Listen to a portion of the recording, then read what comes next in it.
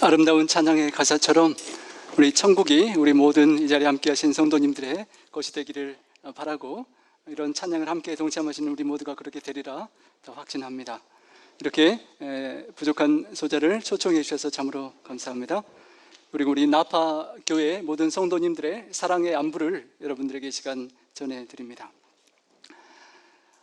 여러분, 오늘 있기까지 수많은 인생살이 경험을 하고 이 자리에 계실 것입니다. 저도 첫 여러분과의 말씀 나눔의 시간인데요, 여러 가지 고민을 틈틈이 많이 했었습니다.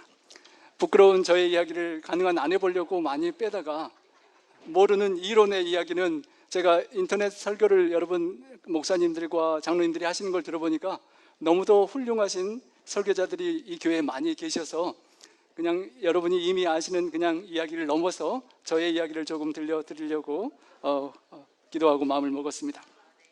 제가 이남이녀 막내로 태어났습니다. 여기 오른쪽 아래인데요. 그래도 나름대로 행복한 막내로 사랑을 많이 받으며 제가 자라났었습니다. 어머님 보시기에는 제가 최고였고요. 잠시만요, 세팅이 조금 어려움이 있어서요. 제가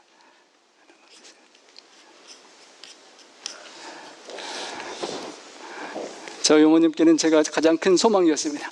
저희 어머님은 제가 국민학교 때 쓴 편지를 지금도 보관하고 계십니다. 편지의 내용인즉, 제 막내 아들이 커서 어른이 되면 우리 부모님께 비행기를 태워드리는 게 아니라 비행기도 사드리고 엄청난 효도를 하겠다는 것을 이렇게 증거물로 우리 어머님이 보관하고 계십니다.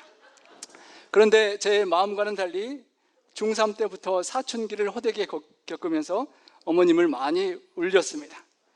방학 숙제가 밀리면 누님들이 숙제를 다 도와줄 정도로 그렇게 도움을 많이 받으며 행복하게 자랐었는데요, 7년 전에 저희 아버님께서 안타깝게 주안에 먼저 잠드셨을 때 어머님이 일부를 저에게 먼저 옛날에 증거 자료를 저에게 주셨는데, 옛날 성적표들 다 모아 두셨더라고요.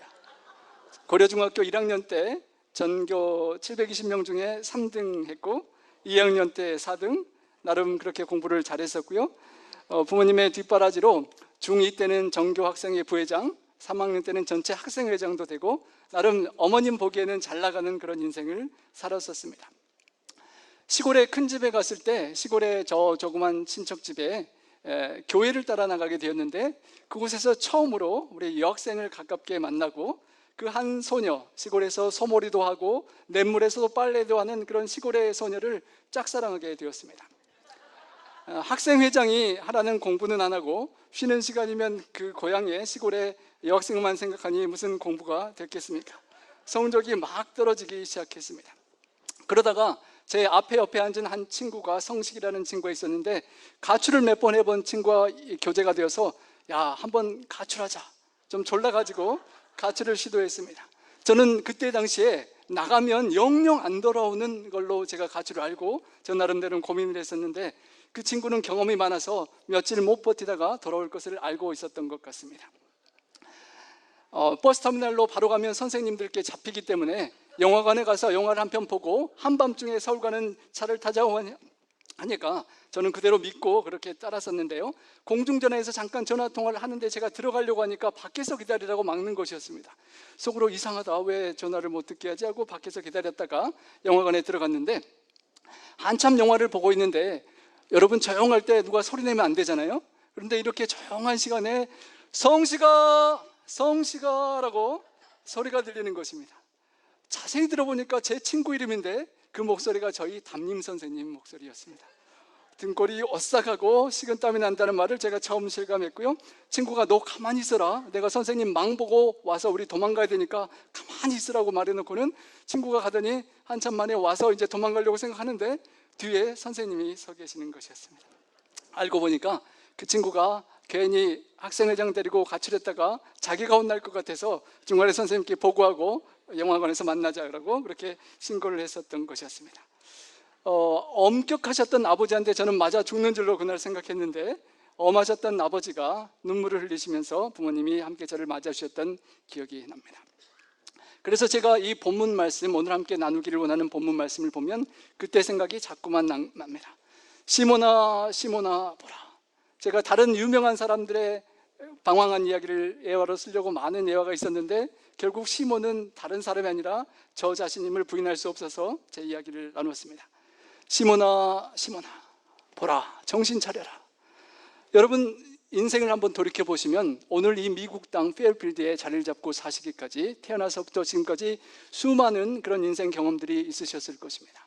저와는 다르지만, 극장은 아니지만 어떤 환경과 상황 속에서 하나님께서 여러분을 시몬아, 시몬아 부르시면서 하나님 곁을 멀리 떠나고 부모님, 하나님 아버지의 곁을 멀리 멀리 떠나가는 우리를 하나님께서 반복해서 간절히 부르시는 추억들이 여러분에게 있으실 줄 압니다.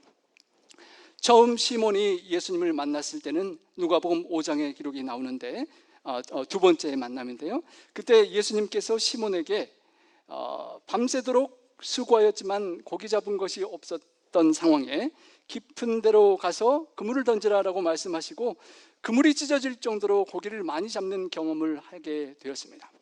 그때 시몬이 주님께 이렇게 고백했습니다. 주님, 저를 떠나소서. 저는 죄인이로소이다. 제자들과 함께 두려워 떨며 창조주 하나님 되신 하나님의 아들 예수님을 만나고 두려워 죄인임을 고백할 수 없었던 시몬이었습니다.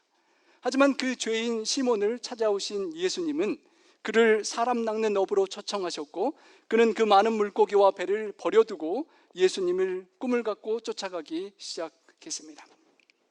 요한복음 1장 42절에 보면 처음에 예수님께서 요한의 아들 시몬을 보았을 때 너는 요한의 아들, 연약한 인간의 아들 죄인 시몬이지만 장차 게바라 하리라, 그렇게 미래를 내다보셨습니다. 여러분을 처음 만나셨던 주님께서는 여러분의 미래를 내다보시면서 게바라, 반석이라, 반석 대신 주님 곁에 오래오래 함께하면 주님 닮은 큰 기둥이 될 것을 주님은 내다보셨을 것입니다.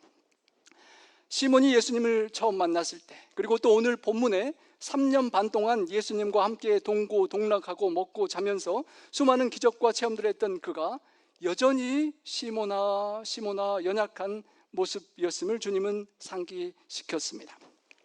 사막의 모래에 시련의 바람이 불면, 비바람에 몰아치면 의지력도 결심도 각오도 다 꺾이고 흘러가 버리는 것처럼 연약한 시몬이었습니다. 이제 주님은 곧 십자가에 달려 돌아가시는데 이 시몬에게 주님의 교회를 맡기고 가기에는 너무도 연약한 모래와 같은 존재였습니다. 주님께서 시몬을 처음 보셨을 때 너는 장차 게바라, 번역하면 베드로라, 반석 되시는 예수님 산돌 주님께 연결되어서 주님의 교회의 기초 역할을 할 수 있을 꿈을 주님께서 가지셨는데 3년 반이라는 세월의 시간이 다 이미 흘러가 버리고 이제 주님은 돌아가실 때인데 아직도 주님이 보시기에 시몬아, 시몬아 하시면 이는 어찌된 일입니까? 걱정될 만한 그런 일이 아니겠습니까? 그런 시몬을 주님은 여전히 보시고 소망을 품으시고 위하여 기도해 주시고 돌아가시기 전 며칠 전에도 그렇게 간곡히 시몬에게 간청하시고 주님의 말씀을 기억하기를 원했던 것입니다. 그 이유인즉 사탄이 여전히 주님의 기도와는 달리 시몬을 완전히 멸망시키려는 사탄이 너를 또 너희를 밀가부르듯 하려고 요구하였기 때문이라는 것입니다. 여러분, 밀가부르는 경험을 많이 해보신 분들이 많으실 것입니다. 채를 이렇게 흔드는 것입니다. 힘차게 흔들면 채에 흔들리고 바람에 불려 쭉정이들을 다 날려보내는 것이 키질인데요, 사탄 마귀는 베드로와 모든 사람들이 알곡이 아니라 쭉정이라고 정죄하고 다 흩날려 버리려고 시도하고 있다는 것입니다. 하나님 보시기에는 시몬이 지금은 모래 같지만 베드로 반석처럼 주님 곁에 든든히 서게 될 것을 보고 알곡으로 연걸어가게 하시는 도중인데, 사탄 보기에는 연약한 의인은 없나니 하나도 없고 죄인이라 시몬 수제자를 비롯하여 모든 사람들이 그냥 키질하면 다 날려버려질 죄인이라고 고소를 하고 노력을 하는 것입니다.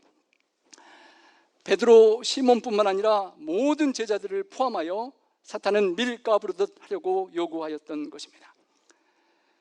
시몬아 자느냐, 주님께서 간절히 기도하시고 돌아오셔서 제자들에게 말씀하시기를 내가 한시 동안도 나와 함께 깨어 기도할 수 없더냐라고 물으시며 시험에 들지 않도록 깨어 기도하라라고 간청하셨었습니다. 하지만 제자들은 주님의 간청을 잊고 기도하지 못하고 졸며 잤습니다.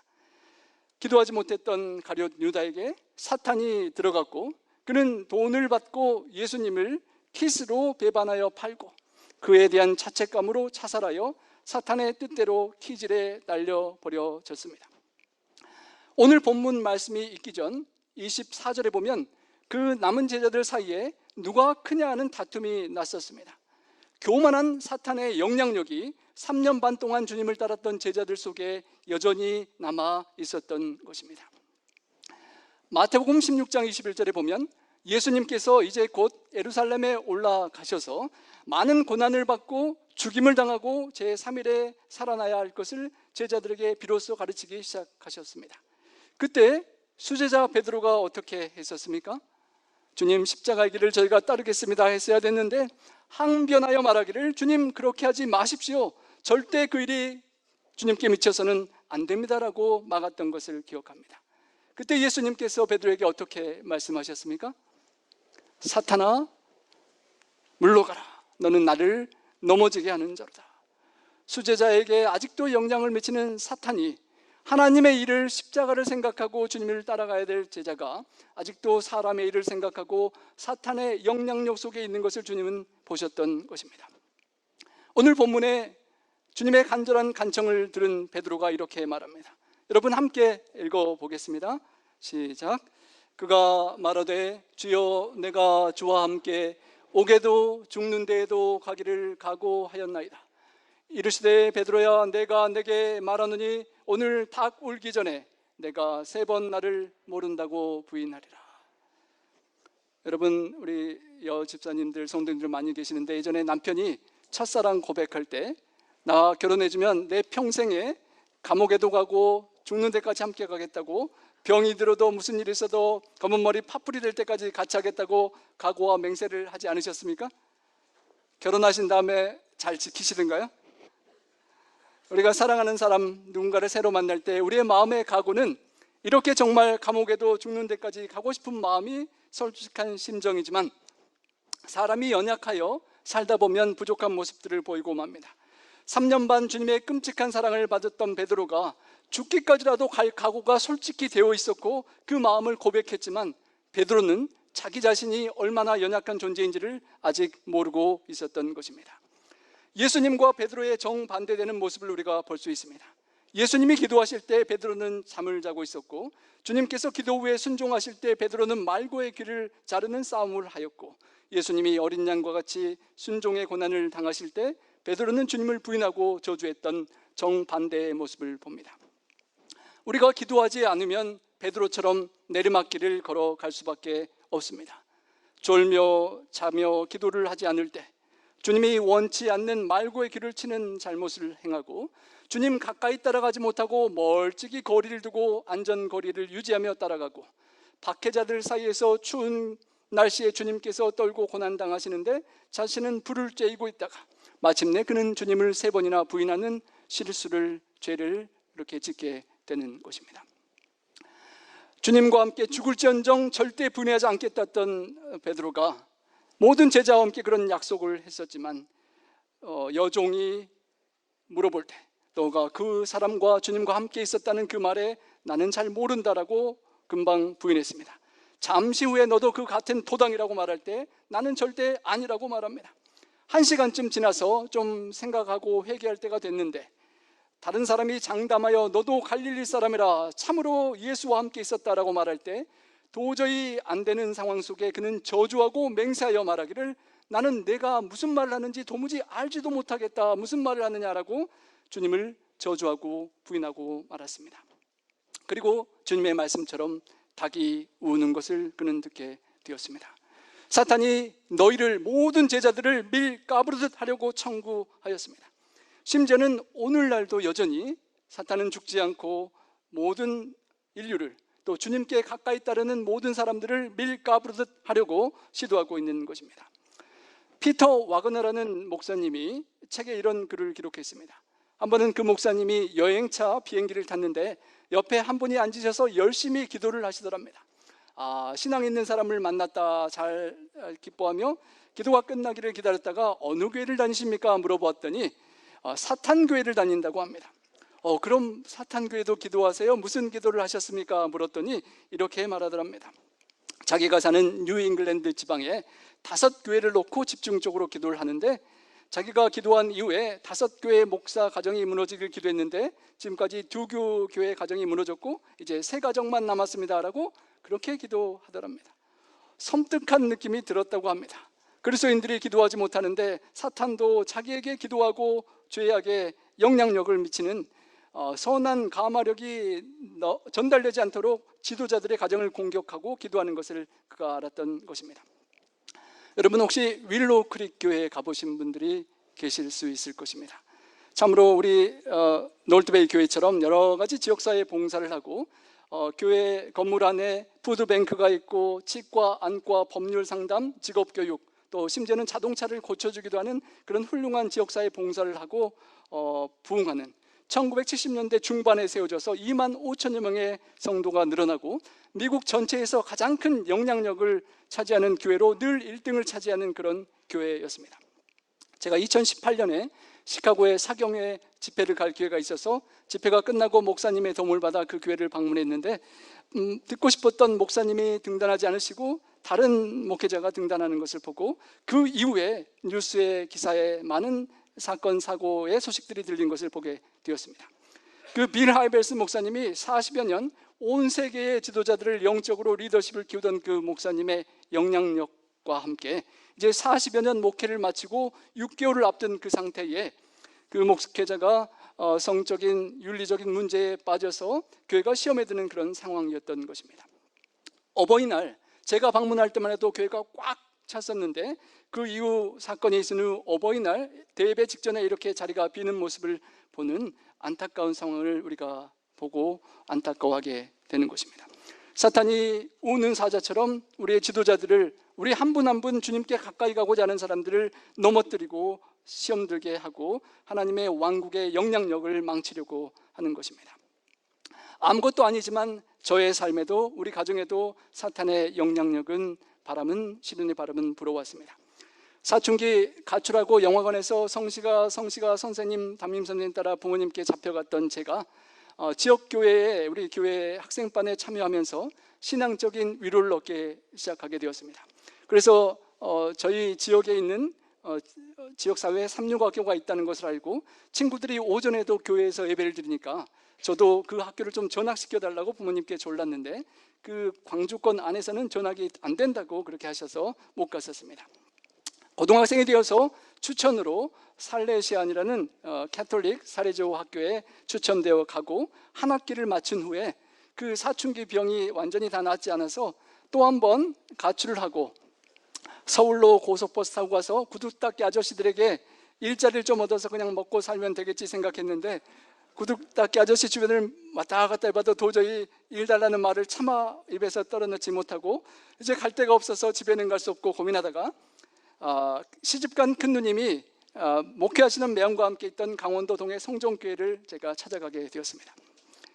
막내 동생이 잘 왔다고 부모님께 안심하라고 전화하고 매형과 누나가 방학 동안 저를 데리고 있으면서 고민하고 기도하기를 이 아이를 비록 조금 약한 학교긴 하지만 우리 그 지역에 있는 삼육학교로 전학시켜서 신앙을 전달해야 되겠다 이렇게 마음을 먹고 저를 전학을 제안했고 저는 사춘기 때 부모님 곁을 떠난다는 자체가 좋았던 때였거든요.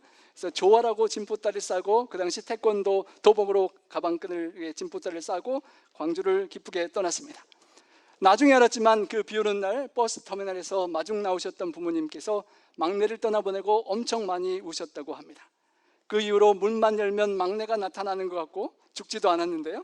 막내가 나타나는 것 같고 맛있는 것을 볼 때마다 막내 주고 싶어서 많이 울고 기도해 주셨다고 합니다. 원래 절에 다니시던 어머님께서 큰딸이 목회자 사모가 되고 막내도 같은 신앙의 길을 걸어가니까 엄마가 다른 신앙하면 안 되지라고 결심을 하고 일주일간 금식 기도를 하신 이후에 아들과 딸과 같은 믿음을 갖기로 결심하고 쉽게 주님을 영접하시고 교회로 들어오셨습니다.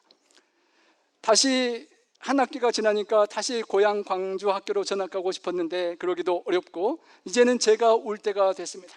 철이 들어서 부모님 좋은 줄을 알고 힘들어하던 그때에 어머님께서 그 강원도 동해까지 찾아오셔서 동해바다 앞에 가서 저와 함께 무릎 꿇고 기도를 여러 번 드렸던 기억이 생생합니다. 우리 막내 아들이 더 이상 방황하지 말고 저 넓은 바다처럼 하나님의 큰 뜻을 섬기고 받들 수 있는 아들이 좀 되게 해달라고 우리 어머님께서 간절히 기도했던 기억이 납니다. 누님, 매형과 어머님, 부모님의 기도로 제가 방황을 점점 줄이고 신학과에 진학하게 되었습니다. 하지만 사탄은 신앙의 가마에 젖어드는 저희 가정을 가만두지 않았습니다. 시련의 키질이 다시 한번 있었습니다.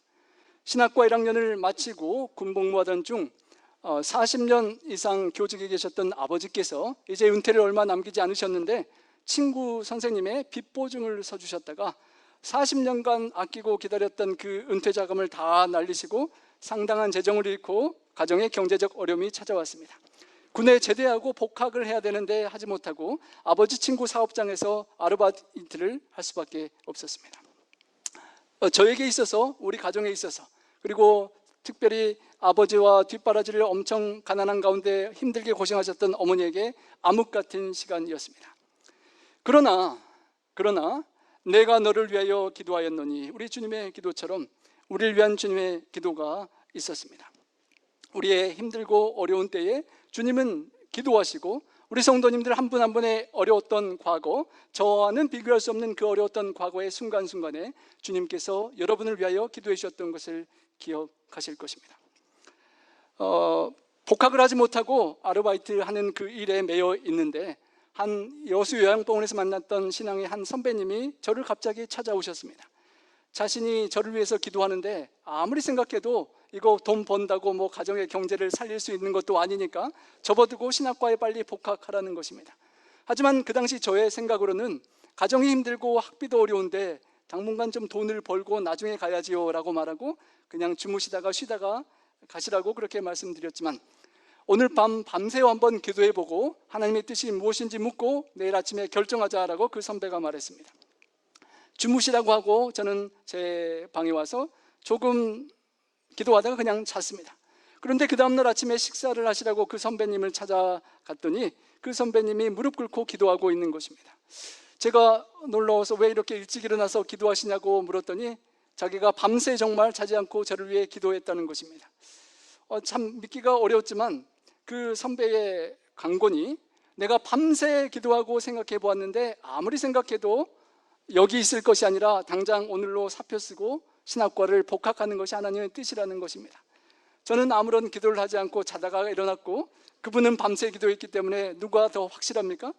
저는 아무런 의지도 없이 그냥 그분의 강권함에 끌려서 그냥 사표를 내고 솔직히 부모님께 조금 혼났습니다. 의논도 하지 않고 부모님 친구분 통해서 잡아준 일을 그냥 사표를 썼기 때문에요. 하지만 그분 덕분에 저는 그때부터 복학 준비를 하고 신학과에 복학하게 되었습니다. 몇 년 전 미주 목회자 수양회 차 한국에 갔을 때 그 당시 저와 다른 상황이었긴 하겠지만 휴학을 했던 한 친구가 다시 복학하지 못하고 목회하는 다른 길을 걷게 되는 친구를 볼 때 어쩌면 저도 과거에 그 선배의 밤을 새운 저를 위한 기도가 없었더라면, 그분의 강권함이 없었더라면 제가 얼마 만에 복학을 할 수 있었을지, 혹시 복학하지 않고 다른 길로 갔을지도 모르는 것을 생각할 때 그분의 기도에 감사하는 것입니다. 오늘 이 자리에 계시는 한 분 한 분을 위하여 여러분을 위하여 눈물을 흘리며 기도드리신 부모님과 스승들과 믿음의 선배들, 형제 자매들의 기도가 있었기에 오늘 우리가 있음을 다시 한번 우리는 잊지 않고 기억해야 할 것입니다. 그 모든 기도와 함께 우리 주님께서 우리를 위하여 우리의 믿음이 떨어지지 않기를 기도하셨다라고 말씀하셨습니다. 믿음이 떨어지지 않는다라는 표현의 헬라어는 에클레이포입니다. 영어의 eclipse라는 일식에 해당되는 단어입니다. 달이 지구를 돌면서 태양의 앞쪽을 지나서 태양을 가리는 경우를 일식이라고 합니다. 달이 태양의 조금만 가리는 부분 일식도 있고 대부분 가렸지만 완전히 가리지 못해서 반지 모양으로 가리는 금환 일식도 있는데, 때로는 태양이 없는 것처럼 달이 태양을 전부 가리는 개기 일식 현상이 일어납니다. 정말 이런 때는 의의 태양이 없는 것 같고 나를 사랑하신 하나님이 안 계신 것 같고, 하나님이 계시더라도 나를 사랑하지 않는 것 같고, 하나님이 사랑하시면 왜 나에게 이런 고난과 어려움이 닥쳐야만 하는지 생각될 때와 같은 그런 때인 것입니다. 바로 믿음이 떨어지고 하나님에 대한 믿음이 정말 절망으로 떨어지는 그런 상황인 것입니다. 칠흑 같은 구름이 덮으면 저 위에 태양이 있는 것을 볼 수가 없습니다. 하지만 믿음의 비행기를 타고 그 구름 위를 통과하면 우리는 의의 태양과 밝은 빛을 볼 수가 있는 것입니다. 개기일식처럼 정말 빛과 소망이 보이지 않던 베드로에게 주님의 눈망울은 베드로에게 다시 사랑과 소망의 빛을 보게 해 주셨습니다. 주님과 눈이 마주쳤을 때 주님의 마음이 베드로에게 이렇게 전달되었을 것입니다. 베드로야, 내가 너를 이해한다. 내가 겉으로는 그렇게 나를 부인했지만 너의 마음을 나는 잘 안다. 그렇게 말하는 너의 마음이 얼마나 아팠겠느냐. 내가 모든 것을 다 버리면서 3년 반 동안 나를 따라다녔는데 초라한 모습으로 이렇게 십자가를 향해 가는 나의 모습을 보고 두려운 마음에 그랬던 것도 다 안다. 겟세마네 동산에서 군인들이 나를 잡으러 왔을 때 대제사장 말고의 귀를 칼로 베어버릴 정도로 내가 담대하게 나를 위했던 것도 내가 잘 안다. 내가 여기까지 다른 제자들과 달리 나를 따라왔던 것도 나를 사랑하기 때문이 아니냐. 시몬아, 시몬아, 나는 너를 안다. 그리고 너를 사랑한다. 실망하지 말아라 라는 주님의 눈동자와의 마주침이 베드로에게 있었고, 베드로는 개기일식과 같은 그 어둠의 상황 속에 새로운 희망의 빛을 볼 수가 있었습니다. 시대의 소망에는 이렇게 표현합니다. 부드러운 얼굴에서 깊은 동정과 슬픔을 볼 수 있었을 뿐 분노의 미움의 그림자는 추워도 볼 수 없었다는 것입니다. 동정과 용서의 정이 서린 주님의 눈망울에 화살처럼 그의 마음은 찔렸고 양심은 일깨워졌고 과거에 주님께 각오로 약속했던 그 기억이 되살아났던 것입니다. 그리고 아직도 시몬 모래와 같은 그가 조금 더 단단하게 반석으로 살아있는 돌로 다듬어졌던 것입니다. 주께서 돌이켜 베드로를 보시니 베드로가 주의 말씀 곧 오늘 닭 울기 전에 내가 3번 나를 부인하리라 하심이 생각이 났고 밖에 나가서 심히 통곡하고 울며 회개할 수밖에 없었습니다. 성도 여러분, 선악의 대쟁투 속에서 오늘도 여러분 한 분 한 분을 밀가부르듯 하려고 떨어뜨리려고 시도하는 고발자 사탄이 여전히 존재하고 활동하지만, 그래도 우리가 낙심치 않고 소망을 갖는 것은 우리를 위해 중보기도 하시는 예수님의 능력이 사탄보다 훨씬 위대하시기 때문인 것입니다. 주님이 우리를 위해, 제자를 위해 기도한 기록이 요한복음 17장에 나옵니다. 내가 비옵는 것은 그들을 죄악 세상에서 빼내어 데려가기를 위함이 아니요 다만 악에 빠지지 않게 보존하기를 위함이니이다. 진리로 그들을 거룩하게 하시고 그 사람들만이 아니라 그들의 말로 말미암아 나를 믿을 다른 사람들을 위하여서 주님은 기도하셨습니다. 우리가 굳게 서고 우리가 기도하여 굳게 세울 다른 사람을 위하여 주님은 모두를 위하여 기도해 주셨습니다. 이 땅에 계실 때 주님은 늘 기도로 사셨고 십자가상에서도 원수들을 위하여 기도하셨고, 부활 승천하신 이후에 로마서 8장 34절은 이렇게 말합니다. 누가 정죄하리요? 죽으실 뿐 아니라 다시 살아나신 이는 그리스도 예수시니 하나님 우편에 계신 자요 우리를 위하여 간구하시는 자시니라. 히브리서 7장 24절엔 예수님은 영원히 계심으로 자기를 힘입어 하나님께 나아가는 자들을 온전히 구원하실 수 있으니 이는 그가 항상 살아계셔서 그들을 위하여 간구하심이라. 성도 여러분, 영원히 살아계신 주님께서 지금도 살아계시고 여러분 한 분 한 분의 이름을 부르시면서 기도하시기 때문에 여러분의 삶 속에 그 어떤 어려움이 있더라도, 경제적인 어려움, 건강의 어려움, 관계의 어려움, 모든 어려움들도 주님께 맡기고 나가면 온전히 구원하시고 해결하실 수 있으심을 믿고 기억하시고 주님께 나아갈 수 있기를 간절히 바랍니다. 주님께서 과거에 우리를 인도해 주신 길과 과거의 역사를 통하여 주님 주신 가르침만을 잊어버리지 않는다면 우리의 미래를 위하여 두려울 것은 하나도 없는 것입니다.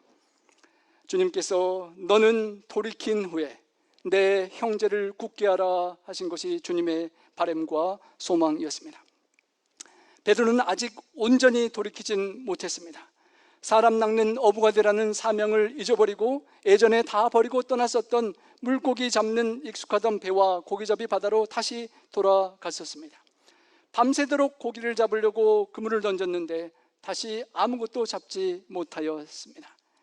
성도 여러분, 여러분의 인생의 그물에 얼마나 많은 것들이 잡혀 있습니까? 혹 베드로처럼 세상에서 다시 한번 그물을 던져보는데 잡히는 것은 없고 빈 그물로 인하여 실망하지는 않으십니까? 당신 없는 인생은 빈 그물이온이라는 책을 쓰신 오혜령 씨는 30대의 젊은 나이에 시한부 선고를 받는 암 판정을 받았다고 합니다. 죽을 수밖에 없는 날을 하루하루 체크하면서 죽기를 기다리면서 주님을 만나게 되고 그녀는 이렇게 그 마음을 고백하였습니다.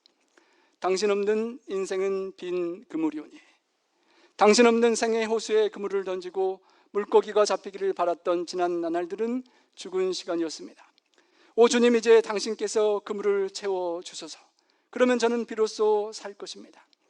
인생의 가장자리에 서 계신 부활의 주님, 당신 없이 한평생 수고해보아야 우리의 인생은 빈 그물이옵니다. 비록 저희 인생의 가장자리에 서 계신 당신을 지금 당장 알아차리지 못한다 하더라도 저희의 계획을 과감하게 포기하고 당신께 대한 신뢰 속에서 새로 시작하려는 각오가 설 때 저희 행위의 방향과 성취가 부여됩니다. 당신은 가장자리에 계시지만 늘 저희에게 그물을 이렇게 저렇게 던지라 분부하고 계시기 때문입니다.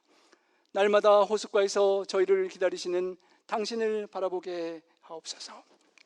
그녀는 호숫가에서 그녀를 위하여 기도하고 기다리시는 주님의 기도와 함께 백합화를 매월 보내며 기도하는 다른 이웃들의 기도를 받고 암을 이기고 지금도 건강하게 또 어려운 사람들, 노인들을 도우면서 살아가고 아름다운 글들을 남기고 있습니다. 인생에 빈 그물이 있을 때 시몬은 2번 주님을 새롭게 만났습니다. 빈 그물이 있었기 때문에 하나님께서 함께 해주시는 기적을 체험할 수가 있었습니다. 저의 사랑하는 존경하는 아버지가 가난한 가정에 태어나 어렵게 군복무를 야간 복무를 하고 야간 대학을 다니시면서 선생님이 되시고 제자들을 위해서 새벽부터 가난한 학생들을 열심히 가르쳐주고 또 타자학원을 하면서 봉사하셨던 그 이후에 제자들이 많이 찾아오곤 했지만 인생의 보증을 잘못 쓰여서 모든 것을 날리고 빈 그물이 되셨을 때에야 과거에 거리를 두시고 따르지 않으셨던 하나님, 그 주님을 새롭게 영접하는 특별한 기회가 생겼습니다. 빈 그물의 새로운 체험을 통하여 세상의 재물은 잃으셨지만 우리 아버지께서 하늘 아버지를 만나시고 영접하시고 주안에 잠드시기 전까지 열심히 성경을 연구하시고 글도 쓰시고 교회 서기로 봉사하시고 부활의 소망 속에 잠드심을 인하여 감사하게 되었습니다. 성도 여러분, 때로는 우리의 과거의 실패를 돌이켜볼 때 내가 너무 늦었는가, 너무 잘못했는가 생각이 들 때가 있을 것입니다. 하지만 It's not too late. 늦었다고 생각할 때는 늦지 않은 것입니다. 왜냐하면 실패한 인생 같은 우리의 인생을 여전히 불쌍히 여기시고 사랑하시고 찾아와 주시는 예수님이 계시기 때문입니다. 신앙생활에 낙심되고 세상 사업에서도 실패한 것 같고 아무것도 되는 것 없다고 생각했던 그 자리에 주님은 찾아와 주시는 것입니다. 베드로가 다시 물고기 잡으러 갔던 그 자리에 주님께서 사랑으로 용서로 다시 찾아와 주셨기 때문입니다. 우리의 마음속에 주님을 향한 사랑이 적지만 불꽃이 다 타다 재만 남은 것 같은 속에 조그만 티 한두 개가 있으면 바람을 불면 다시 불꽃이 피어오르는 것처럼 주님은 제자들의 그 부족한 모습을 사랑으로 덮으시고 해변에서 기다리시고 기도하시며 물고기와 떡을 준비하시고 베드로의 마음속에 남아있는 조그만 사랑의 불꽃에 다시 불을 붙이기를 원하셨습니다. 내가 나를 사랑하느냐? 내가 다른 제자들보다 나를 사랑하느냐? 정말로 나를 사랑하느냐라고 3번 부인했던 베드로에게 3번의 신앙 사랑의 고백을 할 수 있도록 기회를 주시고 베드로의 그 조그만 불티가 주님의 사랑으로 다시 불꽃으로 올라올 수 있도록 주님은 기회를 주셨던 것입니다. 우리 인생이 후회되고 늦었다라고 잘못했다라고 후회될 때 우리에게 소망이 있는 것은 주님께서 베드로에게 다시 사명을 주셨던 것처럼 우리에게 무언가 할 수 있는 생명과 사역과 기회를 주시기 때문입니다. 3번 부인했던 베드로에게 내가 나를 사랑하면 내 어린 양을 먹이라, 내 양을 치라, 내 양을 먹이라 라고 3번이나 사명을 주시고 내가 할 수 있는 너의 남은 생에 나를 위하여, 제자들을 위하여, 다른 영혼들을 위하여 기도하고 사역을 감당하라라고 요청하시기에 우리에게 꿈이 있는 것입니다.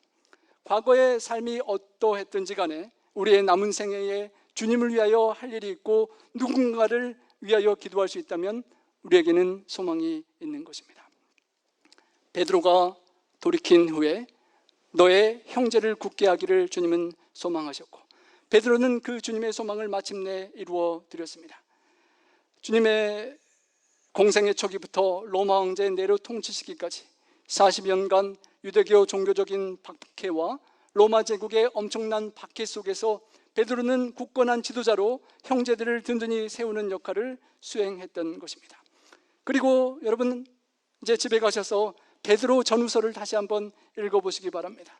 시몬이 베드로로 변화되는 주님의 사랑을 받고 베드로 전후서의 그 사랑을 형제 자매들에게 어떻게 강권했는지를 보면 더욱 감동이 되는 것입니다. 근신하라, 깨어라, 대적마귀가 우는 사자같이 두루다니며 삼킬 자를 찾나니 과거에 사탄 마귀가 유다를 어떻게 삼켰고 다른 제자들을 교만에 빠뜨리고 자기를 어떻게 주님을 부인하게 넘어뜨렸던지를 잘 기억하는 베드로가 다른 형제자매들에게 이제 권면하는 것입니다. 정신 차리고 근신하고 기도하십시오라고 권면하는 것입니다. 제가 과거에 기도하지 않다가 주님을 부인했습니다. 이제 여러분 기도하시고 그 시험에 들지 않도록 간청을 하는 것입니다. 그리고 보배로운 산돌이신 예수님께 나오라고 또 호소하는 것입니다. 과거에 내가 시몬 모래와 같은 존재였지만 신령한 돌 같은 주님께 연결되고 반석되신 주님과 함께 신령한 집으로 세워져서 예수님으로 말미암아 다른 영혼들을 위하여 중보하고 기도할 수 있는 신령한 제사를 드릴 제사장으로 거듭 태어나기를 간구했습니다. 그리고 무엇보다도 마지막으로 뜨겁게 서로 사랑해달라고 권면했습니다. 왜냐하면 그가 뜨거운 주님의 사랑을 받았기 때문입니다. 3번이나 주님을 저주하고 부인했던 그 덮기 힘든 죄, 정말 주님이 너는 더 이상 가능성이 없다라고 모른 채하고 버려둘 만한 그 허다한 죄를 덮어주시고 사랑해 주신 그 사랑을 베드로가 받았기 때문에 이제 뜨겁게 서로 사랑하자라고 권면하는 것입니다. 여러분, 모든 환난 중에 베드로를 위로하시고 베드로가 다른 형제자매를 위로할 수 있도록 해주신 주님께서는 세컨 찬스를 주시는 하나님이십니다. 여러분이 일식의 경험처럼 의의 태양이 여러분을 사랑하는 하나님이 보이지 않을 때, 여러분이 절망으로 추락할 때 하나님은 보시고 달려와 여러분을 다시 붙잡아 일으키시는 2번의 기회를 주시는 하나님이심을 기억해 주시길 바랍니다. 베드로의 마지막의 인생은 이렇게 마감됩니다. 쿠오바디스라는 글에 보면 로마의 네로 황제의 박해가 절정에 달할 때 로마시에 머물고 있던 교회 지도자 베드로는 신변의 위협을 절실히 느끼고 있는 상황이 됐습니다. 그를 사랑하는 성도들이 베드로에게 간청을 합니다. 저희는 죽더라도 괜찮은데 당신이 혹시 순교당하면 우리 모든 교회는 완전히 흩어지고 맙니다. 부디 몸을 피하십시오. 성도들이 눈물겹게 간청하는 것을 듣고 베드로는 고민하다가 이제 잠시 피난을 갔다가 환란이 지나면 다시 사역을 해야지라고 밤중에 로마시를 빠져나왔습니다. 한 걸음 한 걸음 옮기는 사이에 날이 밝기 시작했고 동쪽에서 황금빛 찬란한 빛을 뿜으며 떠오르는 태양이 그의 눈에 들어왔습니다. 그 태양을 보는 순간 현란한 태양빛 속에서 예수님의 모습을 환상으로 그는 보게 되었습니다. 깜짝 놀라서 무릎을 당장 꿇고 주님께 물었습니다. 쿠오바디스 도미네, 주님 어디로 가고 계십니까? 주님께서 대답하셨습니다. 내가 나의 사랑하는 백성들을 버리고 나오다니 내가 가서 그들을 위해 한 번 더 십자가에 못 박혀 죽으려고 한다. 그 말을 충격적으로 받은 베드로는 무릎을 꿇은 채 잠시 동안 고개를 떨구고 일어나질 못했다고 합니다. 오랜 시간 침묵 속에 돌부처처럼 앉아있던 베드로가 기도하며 결심이 섰을 때 그는 몸을 일으키고 다시 발걸음을 돌렸습니다. 사랑하는 예수님께서 그곳으로 가신다면 나도 따라가야지라고 하고 그는 결국 로마로 돌아갔고 십자가형을 받게 되었습니다. 저주하고 부인했던 주님과 어떻게 내가 똑같은 십자가형을 당할 수 있겠느냐라고 생각하고 나는 거꾸로 매달리게 해달라고 간청한 그는 그렇게 아름다운 순교로 많은 초대교회 형제 자매들을 굳건히 세우는 그런 훌륭한 아름다운 삶을 살았습니다. 여러분, 하나님은 깨어진 것들을 이용하시는 분이십니다. 깨어진 흙에서 곡식이 자라게 하고 깨어진 구름에서 비가 내리게 하시고 깨어진 나달에서 빵을 만들고 깨어진 빵을 취할 때 힘을 생기게 하시고 향기를 뿜는 것도 깨어진 화료병이었습니다. 전보다 더 큰 힘을 보여준 것은 쓴 물을 맛본 베드로, 그 쓰디 쓴 암흑의 수관에 사랑의 빛으로 함께 해주신 주님의 기도를 통하여 베드로가 우리에게 아름다운 베드로로 오늘 남아 있는 것입니다. 성도 여러분, 우리가 받았던 사랑을 pay back 해야 되죠. 은혜를 갚을 줄 아는 사람이 되어야 되겠죠. 하지만 우리가 갚을 수 없는 사랑은 pay it forward 해야 됩니다. 누군가에게 갚을 수 없는 빚은 제3자에게 우리가 그 사랑을 전달을 해야 하는 것입니다. 우리가 하기를 바라는 것은 주님의 기대는 pray it forward입니다. 선행과 사랑을 봉사와 함께 할 때 봉사와 함께 주님의 마음과 사랑을 담아서 그 사람을 위하여 기도해 주는 사랑을 실천할 수 있기를 바랍니다. 기도를 주님께 엄청나게 받았기 때문에 이제 저의 생애와 우리의 생애는 주님께 되갚을 수 없는 그 용서와 기도의 사랑을 우리 주변의 사람들을 위하여 pray it forward, 제 다른 사람을 위하여 기도해 주고 그 기도의 사랑의 빛을 갚아야 할 것입니다. 성도 여러분, 제가 또 언제 다음번에 만날 기회가 혹시 있게 되면 그때까지 여러분 시간을 내서 주님께 받은 그 기도의 사랑의 응답으로 여러분 누군가를 위해서 기도하시겠습니까? 꼭 시간을 내어 매일 새벽의 시간에 기도해 주시기 바랍니다. 제가 나파교회 성도님들을 위하여 제가 받은 은혜의 기도를 힘입어 시시때때로 기도할 때 이제 저의 이웃이고 가까이 계시는 우리 성도님들 새롭게 알게 되면서 부족하지만 연약하지만 우리 주님의 은혜를 힘입어서 여러분을 위해서도 함께 기도하기를 원합니다.